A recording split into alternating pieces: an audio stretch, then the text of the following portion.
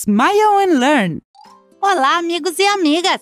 Hoje vamos continuar aprendendo muitas curiosidades sobre a luz. Vocês sabiam que a luz tem inúmeras propriedades? Fiquem comigo para saber quais são. Começaremos falando sobre as principais propriedades da luz, que são a reflexão e a refração. Reflexão ocorre quando os raios de luz, chamados raios incidentes, atingem um objeto e depois refletem em outra direção, chamando-se, portanto, raios refletidos. Há dois tipos diferentes de reflexão: reflexão especular e reflexão difusa. Quando todos os raios incidentes refletem na mesma direção, ocorre a reflexão especular. Esta propriedade permite que nos vejamos refletidos em um espelho ou em uma superfície brilhante. Que lindos estamos hoje! No entanto, quando os raios refletem em várias direções, falamos de reflexão difusa, que é o que nos permite diferenciar um objeto do outro e, assim, apreciar todos os seus detalhes. A reflexão difusa nos permite saber, por exemplo, que isso é uma bola e diferenciá-la de outros objetos.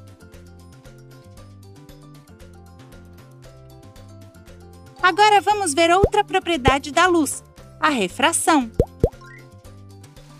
Você já se perguntou por que quando colocamos um canudo em um copo de água, vemos o canudo de forma diferente dentro da água que fora da água? Isso ocorre devido à refração. Quando os raios de luz passam de um meio para o outro, por exemplo, do ar para a água, eles mudam sua velocidade e direção. Assim, ocorre a refração. Os raios que chegam ao objeto são chamados de raios incidentes, e os raios que mudam seu caminho ou velocidade são chamados de raios refratados.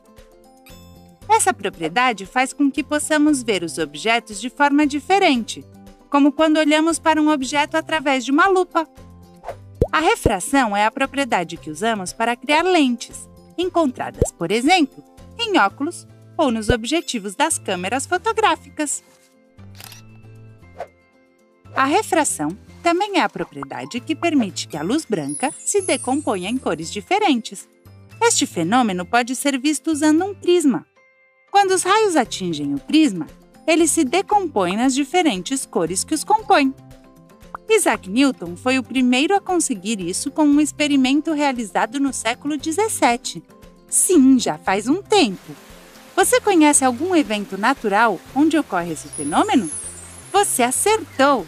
Os arco-íris se formam quando a luz do sol passa pelas gotas de chuva. Graças à refração, a luz branca se converte em um feixe de cores que contém vermelho, laranja, amarelo, verde, azul e violeta. Uau! Quantas coisas interessantes aprendemos sobre a luz, né? Espero que da próxima vez que vocês virem um arco-íris, vocês se lembrem de mim. Até breve!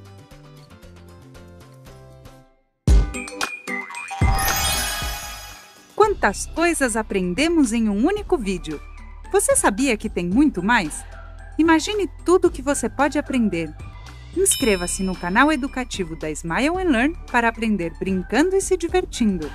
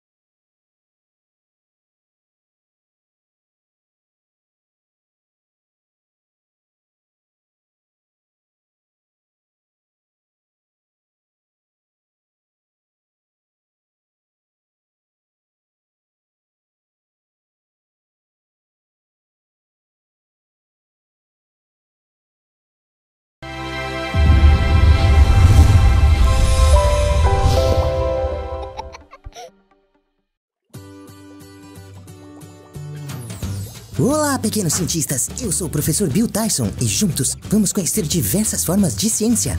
Começamos a falar sobre o sistema locomotor e falamos um pouco sobre o sistema esquelético. Mas para fazer com que o nosso corpo se mova, precisamos de uma forcinha. E é nessa hora que podemos contar com o sistema muscular. Vamos dar uma olhadinha? Quando pensamos em músculos, o que vem à cabeça é sempre os músculos que podemos ver, como o dos braços, por exemplo. Mas, na verdade, nosso corpo conta com diversos tipos de músculos, e alguns deles nós nem mesmo temos que pensar para que eles funcionem. As células dos músculos são chamadas de fibras musculares, e neste vídeo vamos falar sobre diferentes tipos de tecidos musculares. O tecido muscular estriado esquelético. Sim, o nome dos tecidos musculares são bem compridos. Chamamos de estriado, pois elas possuem estas linhas de cores diferentes, que chamamos de estrias. As células desse tecido são longas e cilíndricas, como um fio de macarrão. E cada uma destas células possui muitos núcleos, sendo então células multinucleadas.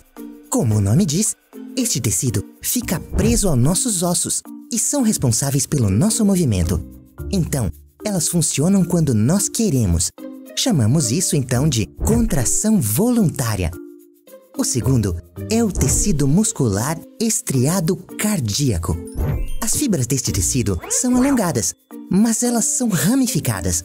Quer dizer que elas vão se dividindo como se fossem galhos de uma árvore.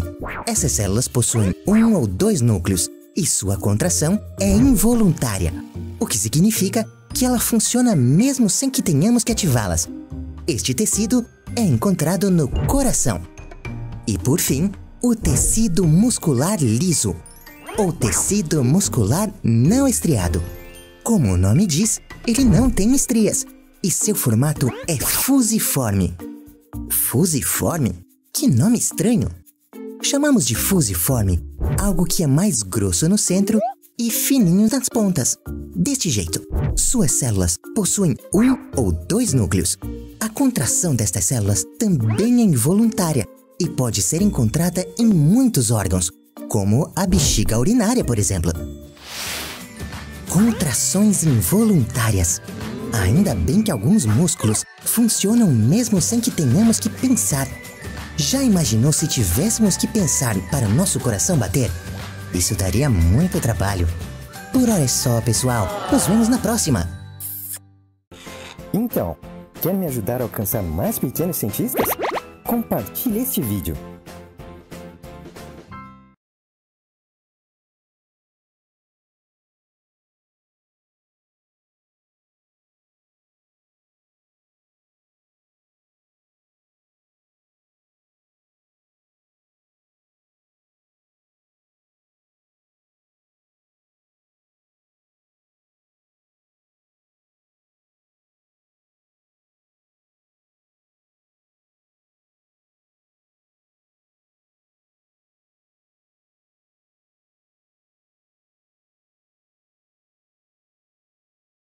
Existem 2 tipos principais de células: procariótica e eucariótica.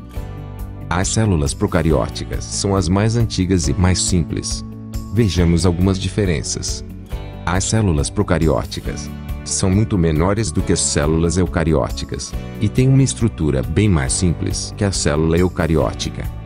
Essa estrutura simples é uma característica positiva para os procariontes, porque permite que elas se reproduzam de forma muito rápida e eficaz.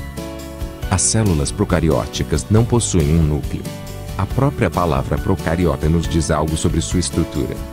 Cari significa núcleo e pro significa antes. Basicamente, a palavra procariota significa antes do núcleo. O interior da célula procariótica é basicamente uma unidade aberta sem compartimentos. Não há organelas ligadas à membrana. No entanto, pequenas estruturas chamadas ribossomos estão espalhadas por todo o seu citoplasma. O DNA da célula está localizado em uma região do citoplasma chamada região nucleoide. O nucleoide não é a mesma coisa que um núcleo, porque não é fechado por uma membrana. Os procariotos também têm uma parede celular que envolve a membrana plasmática. basicamente constituída por polissacarídeos complexos. Os procariotos também costumam possuir um ou mais flagelos, que são usados para sua movimentação. Já as células eucarióticas contêm um núcleo e algumas de suas organelas envolvidos por membrana. O nome eucariota também diz algo sobre sua estrutura. Eu significa verdadeiro e cari significa núcleo. Ou seja, a palavra eucariota significa núcleo verdadeiro. As células eucarióticas são maiores e muito mais complexas do que as células procarióticas. No entanto, elas compartilham algumas coisas em comum com os procariontes. Vejamos as diferenças e as áreas que elas têm em comum através do diagrama. Pontos em comum. As duas têm o DNA como material genético. Têm ribossomos, citoplasma e membrana plasmática. Agora veremos algumas coisas em que elas têm de diferente. As células procarióticas são as mais antigas. Elas são pequenas e relativamente simples. As células eucarióticas evoluíram a partir de células procarióticas. Elas são maiores e muito mais complexas internamente. Os procariontes não possuem um núcleo definido e também não possuem organelas membranosas. As células eucarióticas têm um núcleo e também contêm organelas. As células procariontes são organismos unicelulares. As células eucariontes podem ser unicelulares ou multicelulares. O DNA de um procariota é geralmente organizado como um cromossomo circular único, enquanto que o DNA de uma célula eucariótica é organizada como cromossomos lineares.